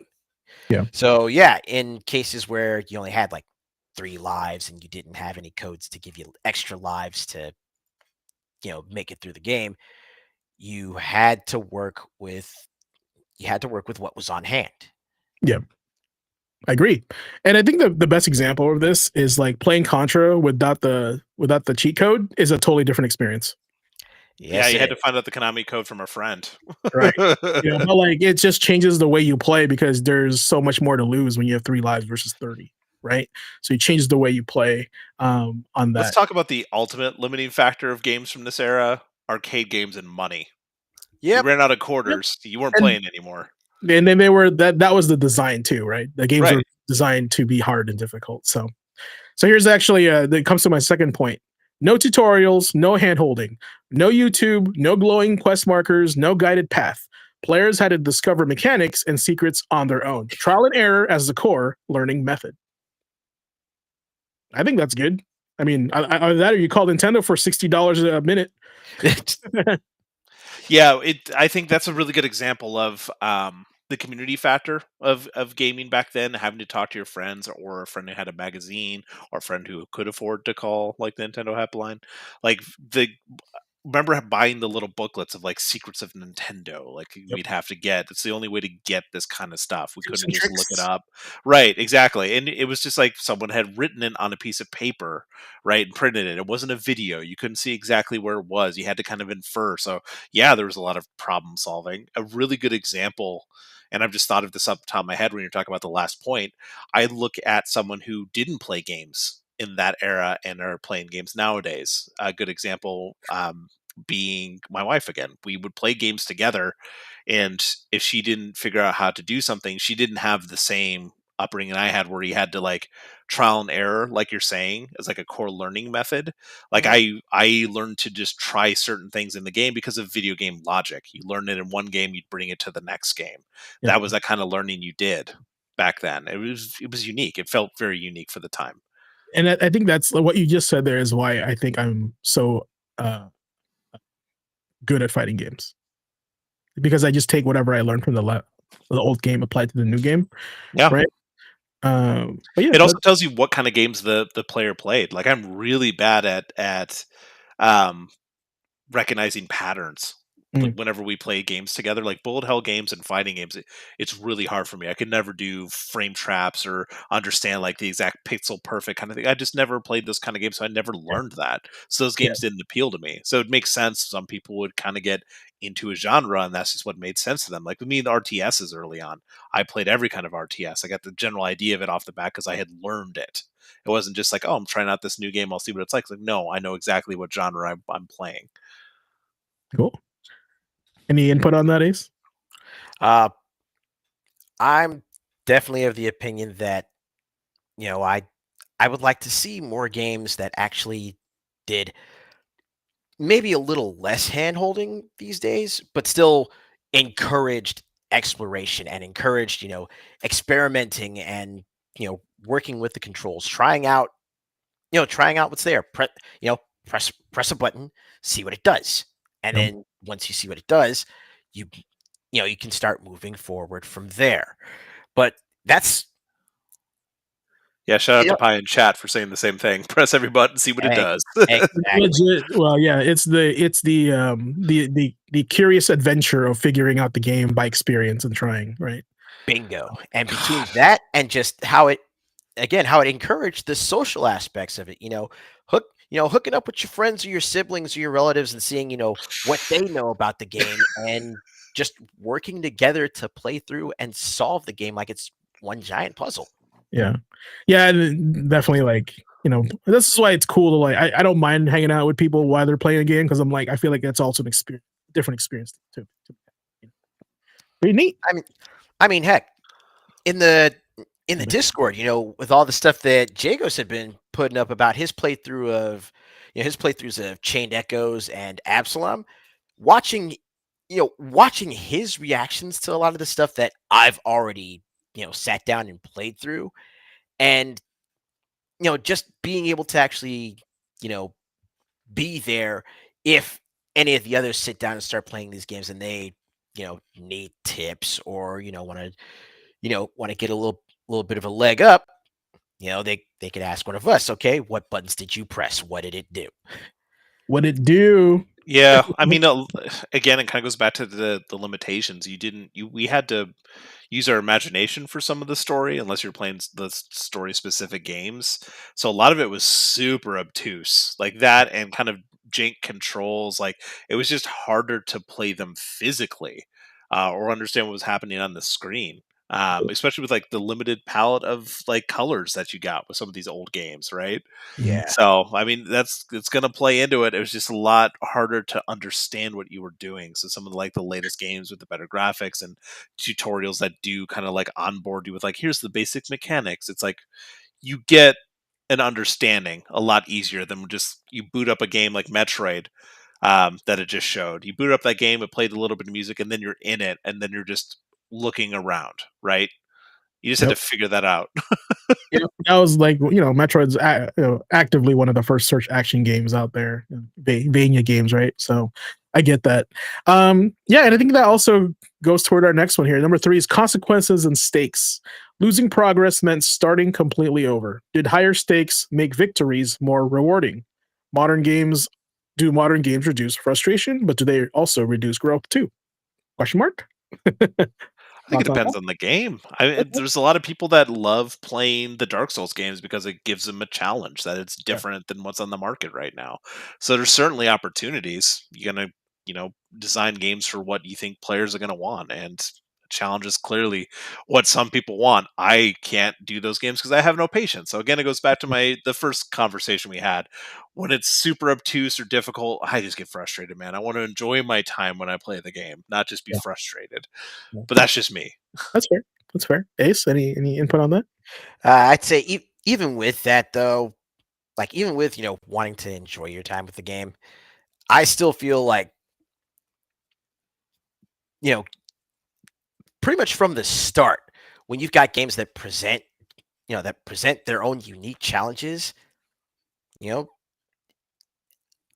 I feel like there's always going to be that satisfaction of overcoming them. I mean, it could be something like getting past a difficult boss or finding a decent speed run strategy for Dark Souls, or it could be something as simple as just making it through a board of Tetris, or landing a couple wins on Mario Kart or Sonic Racing. Yeah, I want you to play Dragon's Lair, learn the entire game, and tell me if it feels like that was worth it when you get to the end of it. Because I can almost guarantee you it does not. Yeah, if you want to talk about pixel perfect and having to hit every jump or every thing and just learn that with very little saves, you be my guest. Some people like it. It's just there you go. There's content for your channel right there. I have to. It's the type of game you choose. I choose these for different reasons, but that's not the kind of thing I want to spend my time with, especially now that's limited. I mean, back then you had how much free time as a kid? Yeah. And you had, James, you and I have talked multiple times. You had about what is in front of you. I didn't have a Sega. My parents couldn't give me a Sega. I couldn't afford a Sega on my own. Right? So you didn't play those games. Right. Okay, cool. All right, number 4. Actually, we talked about it already. Community through discovery. Friends, magazines, forums. Knowledge spread slowly during that time. Secret felt personal and earned. Does instant global information weaken mystery? It's just like getting spoilers to a movie, right? You watch and someone says like, "Oh, this is what happens." You're like, "No, what the hell? I wanted to experience it for myself," right? I also think it's a bonus if you beat the game and someone's like, "Did you do this?" And they're like, "No, I didn't even know that was there," and you get to play it again, get that experience. So that reminds me of a very specific secret from the NES era. Castlevania 2, Simon's Quest, where you had to have a specific thing. You had to lean, or you had to kneel in a corner for 5 seconds, and a tornado would come and take you away. Yeah. How would anyone know that? How did that get out there? Where did that get shared from? Because that just blew my mind. Because it was who would know to do that? There was the only way to figure it out is if you talk to every NPC and actually paid attention to what they were saying. That was the only way to do that. Yeah. And as a kid, you're like, you're not paying attention. You just I can barely read. Why would I? Exactly. Too many words. Right. Apologize. It's like, look, It's like, look, I don't have to pay for anything anyway, so why would I pay attention? Yeah. My thing was like my biggest experience with Community to Discovery, honestly, was like secret characters in fighting games. The moment that I Yeah. saw like Ermac, Noob Saibot in Mortal Kombat, or someone pick Idol in Killer Instinct, I was like, whoa, how did you do that, bro? You know, like your child brain just melts, and you're just like, tell me the codes. And then the guy you're playing against picks those characters, and you just get mad because you're like, cheating. You're being the strong character. Good times. Yeah, secret characters are definitely part of the community Okay. discussion, especially when people show up to arcades and they do the specific way of whatever with the joystick and the right pattern and then hover on the right thing and then it spins. You're just like, what is this? How did you find this out? Yeah, I'm good Flex on- on some fools in the arcade. Yeah, that's like extreme pattern acknowledgement that I'm good on. I'm passing on that. Speaking of skills, these are the suggested skills that 90 Games built. Persistence, pattern recognition, there it is. Strategic planning, adaptability, emotional regulation. That's an interesting one. Oh, yeah, emotional damage. Memorization, I can see that. Like, I think that goes with pattern recognition, honestly. Learning through trial and error. That's how I got a lot of my skills, honestly, from that as well. Games enhance cognitive flexibility and critical thinking. Fact. So, any comments on those skills? Anything you want to add? Hand-eye coordination. Yeah, Yeah, absolutely. Definitely hand-eye coordination. It's not really gaming, but it kind of reminds me of if you grew up in this era, you definitely had like middle school, intermediate school, elementary school, where you had a computer class, and Mavis Beacon was part of our lives. You learned not to look at the keyboard while you typed, or you tried not to. It kind of reminds me of like playing some games, just learning to hit the buttons just right without looking at it and figuring that out. Muscle memory. Yeah. What's up? Training muscle memory. Yeah, muscle memory for sure. Yeah, I mean those skills definitely fit. I don't think there's anything I'd add to it. I mean, there's skills that you can get from just doing things in general, and this is definitely stuff you'd pick up because these games were honestly still tied to the design philosophy of arcades. And we mentioned it before about, quarter munching the engagement back then was just trying to get the most out of you in a short amount of time. And that's what games were back then. So we said technical limitations, but design philosophy was very different than it is today too. Now we're talking about, games as a service. Right now they're developing it just to get as much time out of you as Retention, possible. It's like complete opposite. Yeah, it's kind of like, so it's just a complete flip of philosophy in the way that these devs are approaching it and the way that we interact. Yeah, the next one actually fits right in with modern gaming comparison. Accessibility versus challenge. What modern games teach? Teamwork, creativity, and narrative empathy. Are newer games easier or just different? I think they're just different. Because the core purpose of each game is still there. It's how complicated is it to that extent of the game. Yeah. So I think that one's pretty simple. Okay, last one. Generational identity. Did 90s gaming shape a mindset of grit, problem solving, and just figure it out? Is that identity still relevant or is it fading?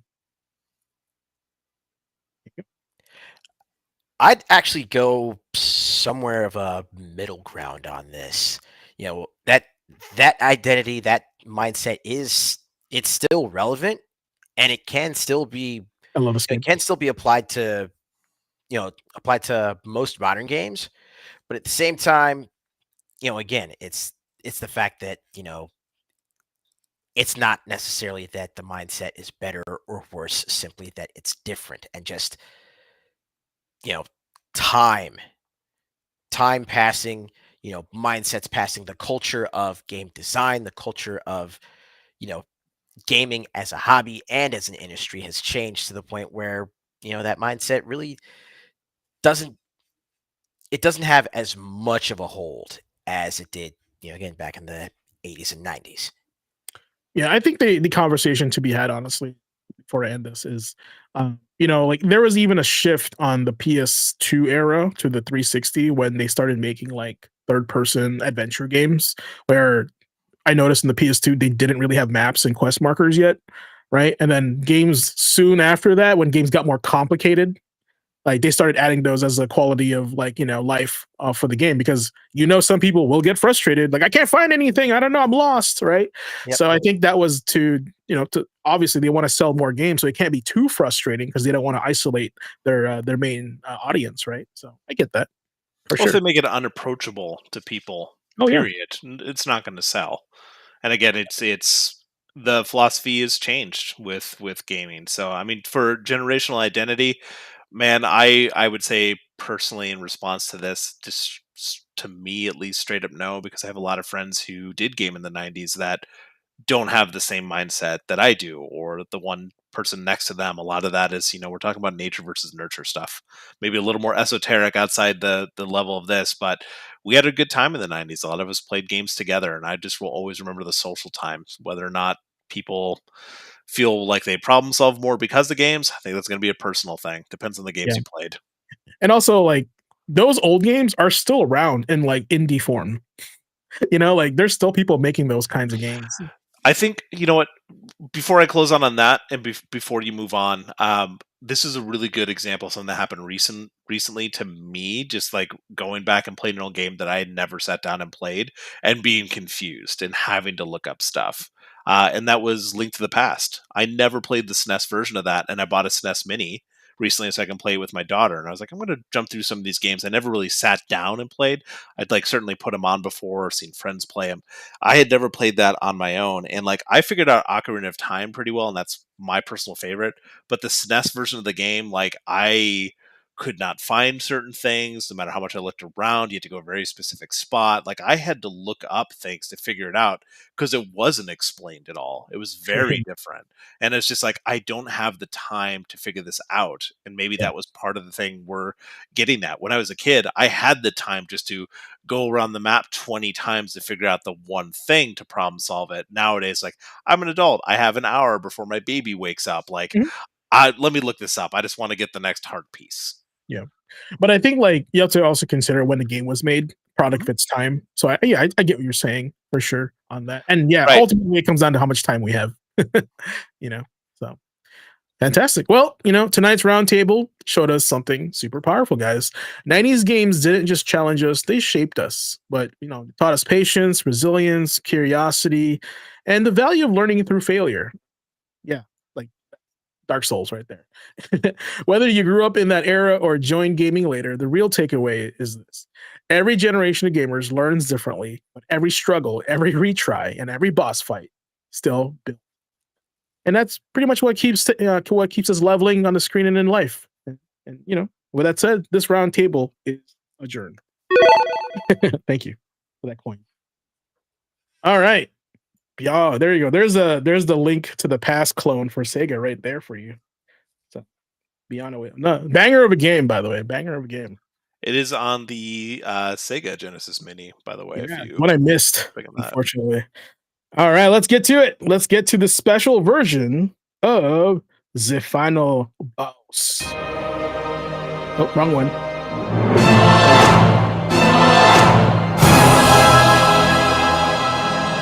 All right. So tonight is a little bit different. I'm going to add a little bit of a twist to this. So, one of my favorite things in life is to share the hero's journey by Joseph Campbell. And I try to integrate that with tonight's final boss, because this season of Gaming Academy, it's all about growth, becoming better and improving, right? Tonight's lesson reaches all the way back to the roots of storytelling, back to the myth, back to the heroes, to the blueprint behind every video game journey we've ever taken. Whether it's Kratos, Cloud Strife, Link, Aloy, Geralt, Samus, or your character in Elden Ring, they are all walking the same path. All right. So check this out. I got an awesome video I'm playing in the background for this. Not that one. This one. All right. So let's get to it. This is your tonight's boss. Now, tonight's lesson teaches us a variety of different things. Okay? All right. Bosses don't shrink, you grow. That's the point of my story tonight. In every great game, there's a moment where the hero cannot go back. This is the call to adventure. Link picks up the sword in Ocarina of Time. Cloud falls into the world of Avalanche. Sora loses his island to the Heartless. Commander Shepard sees the Reapers. And Mario learns that Peach has been kidnapped, again, because Bowser needs hobbies. And the Tarnished wakes up Elden Ring. These moments are called the call to the adventure. The moment you're pushed forward to something bigger than yourself. Now, Joseph Campbell said, the biggest question is whether you are going to be able to say a hearty yes to your adventure. Most players don't feel ready. Most heroes don't feel prepared. But they go anyway. Now, in gaming, the road of trials is every wipe, every game over, every respawn, every grind session, and every mistake that teaches you something new. You learn margins, delays. You memorize Stan's own path. You study Ganon's tells. You understand Sephiroth's spacing. You practice wave dashing in Smash Melee until it becomes instinct. Your grind hunts in Monster Hunter to master invincibility frames. You study speedrun routes in Metroid or Celeste. This is the growth hidden inside repetition. This is the Campbell stage where the hero meets allies, enemies, and learns the rules of the world. Campbell said, where you stumble, there lies your treasure. Every failure is XP, every mistake is data, and every retry is courage. Now, the next one. Every game has that moment. We all know this. The Water Temple in Ocarina of Time. Ornstein and Smo in Dark Souls. Millennia, the Blade of Miquella. I am Millennia, I have superiority complex. Sephiroth's one winged angel moment. That was mine. Gleam in Smash Ultimate. Psycho Mantis, reading your memory card, right? First time Resident Evil locks you in with Mr. X, scares the shit out of you. And Vitalis in Monster Hunter. Now, Campbell said, the cave you fear to enter holds the treasure you seek. This is the cave. This is the fog gate. This is the turning point. The boss feels enormous not because it grew, but because you haven't yet. Okay? Now, in gaming, there's always iconic moments. And here comes the revelation. The moment you return to a once impossible challenge, and suddenly, the attacks look slow. You dodge instinctively. You parry with confidence. You know the animations by heart. That's me separate. And you understand the boss theme as our language. This is the same revelation Campbell described. The hero discovers within himself capacity for a higher existence. Think about that moment you first meet Emerald Weapon, the Radiance in Hollow Knight, or the Valkyrie Queen in God of War. How about the Lingering Will in Kingdom Hearts 2? Any raid boss in Final Fantasy XIV. That game didn't live. You just got better. Now, in the hero's journey, the final step is always the return. The hero comes back stronger, wiser, changed. In gaming, defeating the boss unlocks new weapons, new zones, new abilities, new understandings, new confidence, and new versions of you. You're the hero. Campbell said, the hero comes back from this mysterious adventure with the power to bestow boons on his fellow man. Your growth helps you grow strong. Whether it's sharing what you learn with friends, supporting your community, fire shirts, inspiring your guild, motivating your team, or simply leading your family. Even just becoming a a version of yourself who makes the world better. Your victory becomes their buff. Here's tonight's final message for the hero's journey. Life's challenges won't shrink. The world does not adapt to you. You adapt to the world. But you will grow until they no longer scare you. Just like every great hero, just like every player who kept going, just like every character who stepped into a fight where they weren't ready for it, you won't defeat bosses by waiting for them to get easier. You defeat them by becoming the person who can win. That's the hero's journey. That's your gaming journey, and that's your journey. You trained, you leveled up, now face your final boss. That is tonight's final boss level. All right. Takeaways, chat. Anything? What you guys got?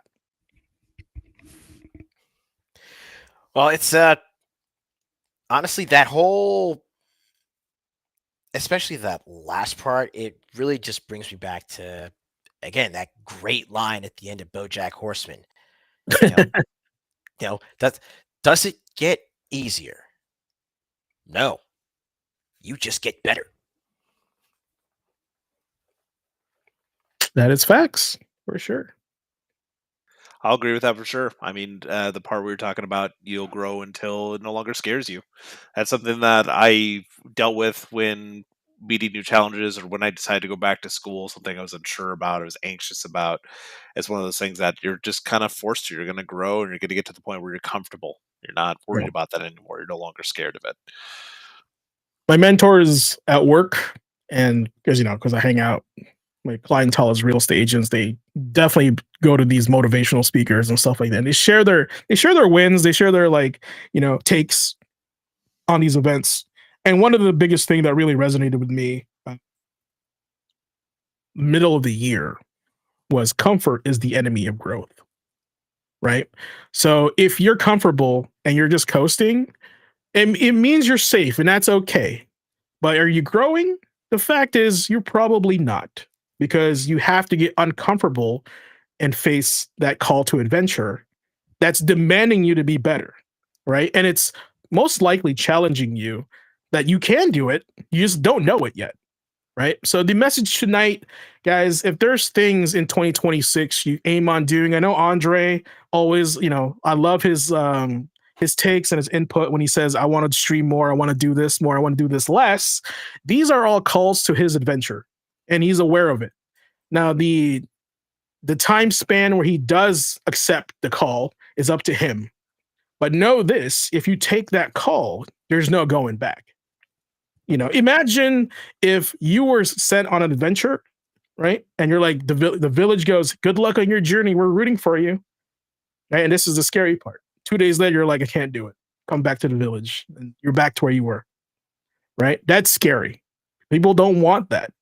But, that's why we are building you up on this channel. We're trying to make you a better gamer, a better person overall. We're using gaming to make you become a better individual, right? For you and the people around you. That's kind of my goal with this channel. Especially this year, we're going heavy on that. And I feel like a lot of people are appreciating it. I know Andre tells me he appreciates it a lot all the time. Every person I talked about, what's your channel about? I use gaming as a form and medium to improve gamers' lives all across the internet. That's what Gaming Academy should be about, right? Heck, we talk about stuff that we enjoy and we love, and that's all good. But something that you should take away from Gaming Academy, all you 18 people watching, fantastic. I love that. It's got to be a record. Is this: you are the hero to your adventure. Answer the call to that adventure. Never fear about looking back. They'll always be there for you. But the moment that you make it past and you regret, you can never get it back ever again. So just take it. It's okay to fail. We talk about that in this channel all the time.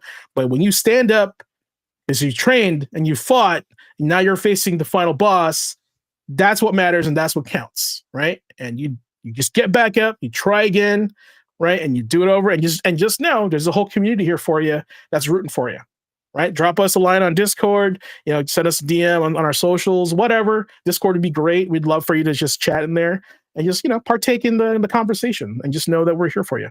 Okay. And we're always taking those kind of submissions. If you got an article or something you think that's worth talking about on here, we see that. It's posted. Jagos is doing a great job of throwing that stuff in the newsroom. If you got some as well you want us to chat about, put it in there. We want to see you on the Discord. Honestly, Jagos, like in the Now Playing channel, he's like VIP in that channel. Like I love watching his adventures in the game. He's raised his level just by being active in that channel. And I feel like I'm on a journey with him with the way his narrative works in the channel. I'm like, dude, this guy is like telling a story. Like, and I'm learning. I'm playing Chain of Echoes by watching you post. And that's pretty cool in my opinion. But yeah, any last statements before we close out for the night? It's been a pretty solid show. I mean, yeah, we don't have any of the tech this week, largely because I got knocked down. But you got to get back up, buddy. That's it. Yep, but we will have a nice little session next week, that's for sure. But Just remember the immortal words of Chumbawamba. I get knocked down, but I get up again. That is one word I would have never heard tonight. Chumbawamba? Oh man, Chumbawamba. Yes. But real talk though, just it's as always, it's great having everybody in, and it was really awesome.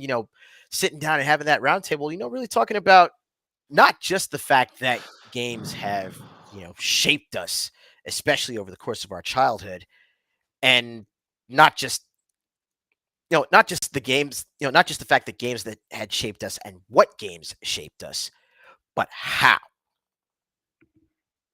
It's a big one. Big deal. All right. Well, I'm going to put up my grifter link down below. Nick, close us out for tonight. All right, folks, that's going to wrap up class number 55, and tonight hit a little different in a good way. We spent some time in the 90s, and look, as someone who grew up getting wrecked by rental games I had to return in 48 hours, yeah, I'd say those experiences built something in us. You can call it grit, you can call it trauma, you can call it why the hell didn't this game have a save feature, whatever it was, it shaped us. We talked about failure as feedback, old school discovery, and how games used to throw you into the deep end with nothing but 2 buttons and a dream. And whether you started gaming back then or yesterday, that mindset is still worth carrying. Try again, figure it out, get better, repeat. We hit the news, rumors, and and the stuffs publishers wish we didn't talk about, from Metroid leaks to Beyond Good and Evil 2's eternal development cycle, now going past Duke forever. Maybe it'll be forever till we see it. And somehow Star Citizen still isn't out. Shocking, I know. That James hit us with a final boss that, I'm not going to lie, kind of slapped. Bosses don't shrink, you grow. And if that doesn't sum up gaming and life in one line, I don't know what does. So on behalf of the whole Academy crew, thank you for hanging with us. Thanks for thinking with us. And thanks for being part of the conversation. Study smart, play harder, stay curious, and we'll see you next time for class number 56. This is Nick, aka Tragically Elite, logging out before I start another debate. So have a good night, everybody. Have a good night, guys. See you next week.